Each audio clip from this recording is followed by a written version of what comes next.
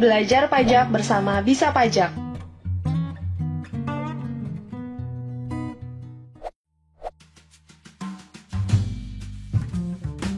Untuk lebih memahami ketentuan perpajakan tentang penyusutan dan amortisasi, silakan disimak penjelasan seputar penyusutan dan amortisasi berikut ini. Penyusutan atas pengeluaran untuk pembelian, pendirian, penambahan, perbaikan, atau perubahan harta berwujud, kecuali tanah yang berstatus hak milik, hak guna bangunan, hak guna usaha, dan hak pakai yang dimiliki dan digunakan untuk mendapatkan, menagih, dan memelihara penghasilan yang mempunyai masa manfaat lebih dari 1 tahun dilakukan dalam bagian-bagian yang sama besar selama masa manfaat yang telah ditentukan bagi harta tersebut.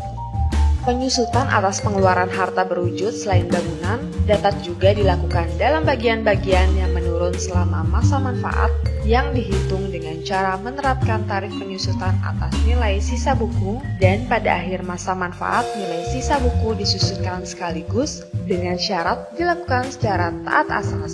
Penyusutan dimulai pada bulan dilakukannya pengeluaran, kecuali untuk harta yang masih dalam proses pengerjaan, penyusutannya dimulai pada bulan selesainya pengerjaan harta tersebut. Dengan persetujuan Direktur Jenderal Pajak, wajib pajak diperkenankan melakukan penyusutan mulai pada bulan harta tersebut digunakan untuk mendapatkan, menagih, dan memelihara penghasilan atau pada bulan harta yang bersangkutan mulai menghasilkan.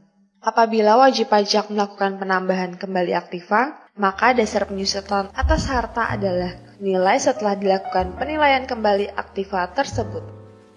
Untuk menghitung penyusutan, masa manfaat dan tarif penyusutan harta berwujud ditetapkan sebagai berikut. Tabel tarif dan masa manfaat penyusutan fiskal. Kelompok harta berwujud 1. Bukan bangunan. Kelompok harta berwujud kelompok 1. Masa manfaat 4 tahun, tarif metode garis lurus 25%, tarif metode saldo menurun 50%. Kelompok harta berwujud kelompok 2, masa manfaat 8 tahun, tarif metode garis lurus 12,5%, tarif metode saldo menurun 25%. Kelompok harta berwujud kelompok 3, masa manfaat 16 tahun, tarif metode garis lurus 6,25%, tarif metode saldo menurun 12,5%. Kelompok harta berwujud kelompok 4, masa manfaat 20 tahun, tarif metode garis lurus 5%, tarif metode saldo menurun 10%. 2. Bangunan. Kelompok harta berwujud tidak permanen, masa manfaat 10 tahun, tarif metode garis lurus 10%. Kelompok harta berwujud permanen, masa manfaat 20 tahun, tarif metode garis lurus 5%. Ketentuan lebih lanjut mengenai penyusutan atas harta berwujud yang dimiliki dan digunakan dalam bidang usaha tertentu diatur dengan Peraturan Menteri Keuangan. Apabila terjadi pengalihan atau penarikan harta karena sebab lainnya, maka jumlah nilai sisa buku harta tersebut dibebankan sebagai kerugian dan jumlah harga jual atau penggantian asuransinya yang diterima atau diperoleh dibukukan sebagai penghasilan pada tahun terjadinya penarikan harta tersebut. Apabila hasil penggantian asuransi yang akan diterima jumlahnya baru dapat diketahui dengan pasti di masa kemudian, maka dengan persetujuan Direktur Jenderal Pajak, jumlah sebesar kerugian dibukukan sebagai beban masa kemudian tersebut.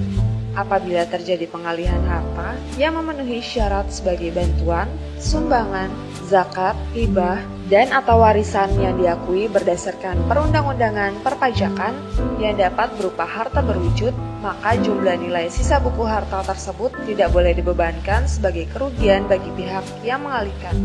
Ketentuan lebih lanjut mengenai kelompok harta berwujud sesuai dengan masa manfaat diatur dengan Peraturan Menteri Keuangan.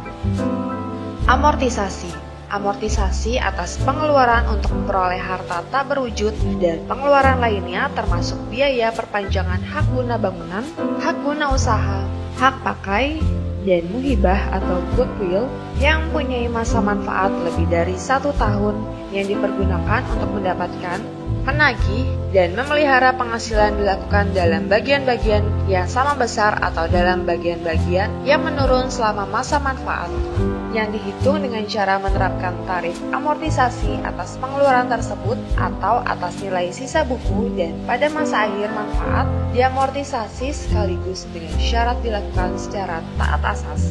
Amortisasi dimulai pada bulan dilakukannya pengeluaran, kecuali untuk bidang usaha tertentu yang diatur lebih lanjut dengan peraturan Menteri Keuangan. Untuk menghitung amortisasi, masa manfaat dan tarif amortisasi ditetapkan sebagai berikut. Masa manfaat dan tarif amortisasi. Kelompok harta tak berwujud. Kelompok 1, masa manfaat 4 tahun, tarif amortisasi garis lurus 25%, tarif amortisasi saldo menurun 50%. Kelompok harta tak berwujud. Kelompok 2, masa manfaat 8 tahun, tarif amortisasi garis lurus 12,5%, tarif amortisasi saldo menurun 25%. Kelompok harta tak berwujud. Kelompok 3, masa manfaat 16 tahun, tarif amortisasi garis lurus 6,25%, tarif amortisasi saldo menurun 12,5%. Kelompok harta tak berwujud. Kelompok 4, masa manfaat 20 tahun, tarif amortisasi garis lurus 5%, tarif amortisasi saldo menurun 10%.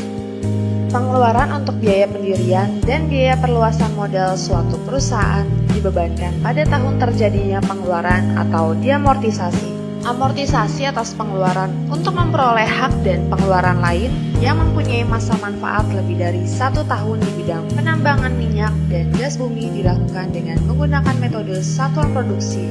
Amortisasi atas pengeluaran untuk memperoleh hak penambangan selain dengan menggunakan metode satuan produksi, hak pengusahaan hutan, dan hak pengusahaan sumber alam serta hasil alam lainnya yang mempunyai masa manfaat lebih dari 1 tahun dilakukan dengan menggunakan metode satuan produksi setinggi-tingginya 20% setahun.